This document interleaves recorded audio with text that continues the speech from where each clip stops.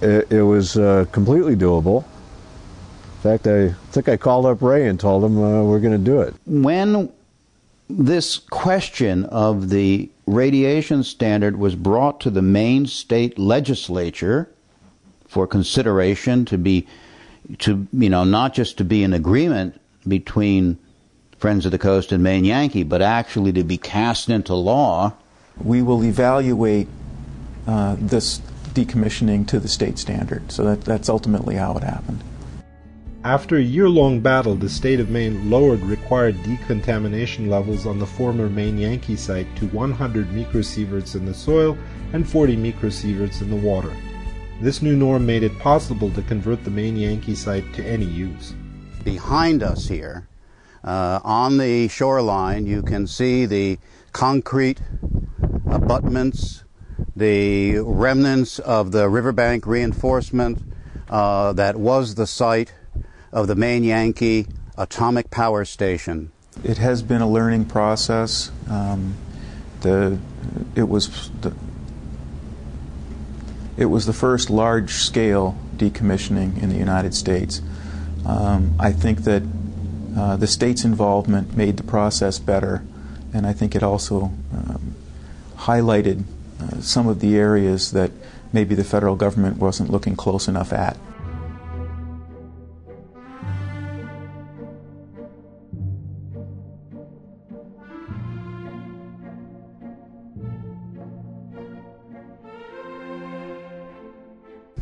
What you can't see, because of the trees on the riverbank here, is just north of us in the river, an independent spent fuel storage installation, which holds all of the burnt uranium fuel that Maine Yankee ever created.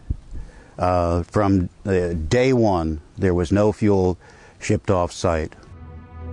In 2004, a dry storage facility for spent nuclear fuel was built on the Maine Yankee site.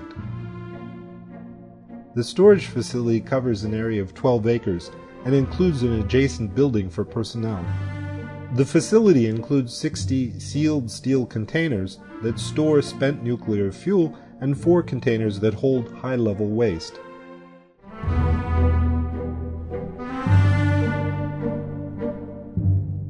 Okay, behind me and to the right is the independent spent fuel storage installation.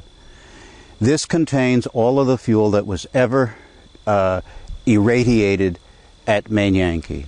And it amounts to about 900 English tons.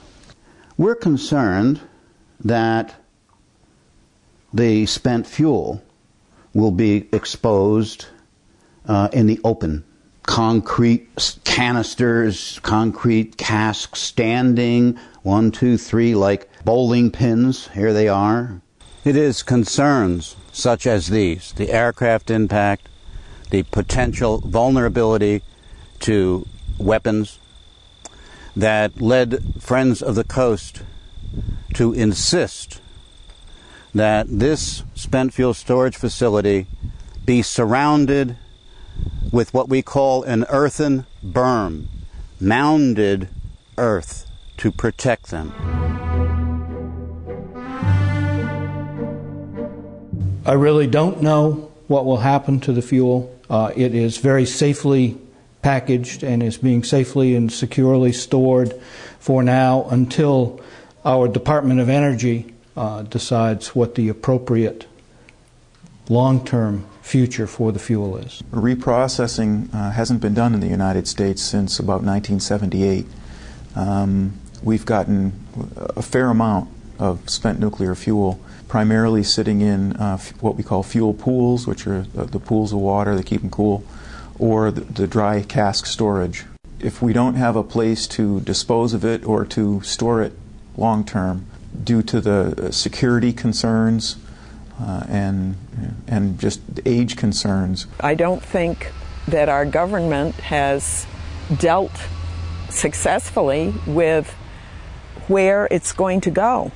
That's why I don't approve of it in the first place. We've got to do something with it, and at this point in time, reprocessing seems to be our best bet. About 10 miles due south of this site is the Brunswick Naval Air Station, where there are based submarine hunting aircraft. And on one occasion, I observed a tanker aircraft flying one wing down, one wing up, arcing in a circle at low altitude over Main Yankee. I feel that they need to stay here. We haven't come up with a solution. Putting them on railway cars and taking them across the country puts many other people at risk, and I couldn't do that. I don't believe we can do that. But with the spent fuel rods on site, there was always a danger.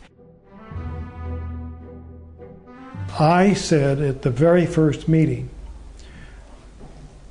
representing the town of Wiscasset, that we wanted the highest and best reuse of the Main Yankee nuclear power site after it was decommissioned. What people in this region wanted, we expressed as the restoration of the site to what it was before the industrial impact, before the Main Yankee was built and operated there. So then specifics, details came out of that. If you travel the state of Maine, it would be very difficult for you to find any litter, any paper, any plastic, any trash by the side of the roadway or in the woods or in the fields, because we have that relationship with nature that says we should leave it as clean as we found it. And I think that's a very deeply ingrained standard with the people in this state. 3 years into decommissioning in the year 2000, Friends of the Coast came to agreement with Main Yankee Atomic Power Company on a number of issues to enhancements to improve the environment. The land that you see behind me will never be redeveloped for industrial purposes or for residents or for any other purpose. Main Yankee Atomic Power Company and Friends of the Coast signed an agreement stipulating that no other nuclear power station would ever be built in the state of Maine, and that spent fuel from other reactors would never be imported for disposal at the Main Yankee site. And so even though the power plant itself has been decommissioned, they still have a license, and there's still a significant quantity of radioactive material on site. And so because of that, we anticipate that there will be state oversight of this facility for many, many years to come. And so because of that, we have the groundwater monitoring, we have the ambient radiation monitoring with thermoluminescent dosimeters, and we have flora and fauna monitoring of different biota in the surrounding. Main Yankee received an award from the federal government, from the Federal Environmental Protection Agency, as this whole thing, this decommissioning, and I can't remember exactly how it was worded, that award, but they got to receive the plaque that basically said they did a good job on the site. And the president of Main Yankee at the time, his name was Ted Feigenbaum, told me that the reason they received this is because of all the involvement, not only of the state, but other individuals, like Friends of the Coast, involved in this whole process, and we made it a better product at the end. They're the ones that received the award, but in reality it's everybody, by being involved, made that award possible. I would say that the greatest lesson or satisfaction came from not being afraid to say, I don't like this, I don't think it's safe. I don't think it's wise. And not being afraid to take part in expressing that. In America and in England, in the early part of the 20th century, there was a movement to create objects of beauty by hand, called the crafts movement. And they had a practice that I think it applies in this case. And that is where they would make a piece of furniture of some kind, a table, a chair, or even build a house, whatever. Then the craftsman would put a label with his name, and then he would put the magic words, "This is the best that I can do." When I look at the Maine Yankee site, like go out and stand on the hill and look down at the grass and the trees where the plant used to stand, and look at the spent fuel and the rest of it, I have to say, this is the best that we could do. Despite a lot of failings, a certain amount of laziness, but when I think about it, I did the best job that I could do. And so did many of my friends in working on this issue. Let's vote yes and be free from nuclear power. Just we don't need it. We can do better.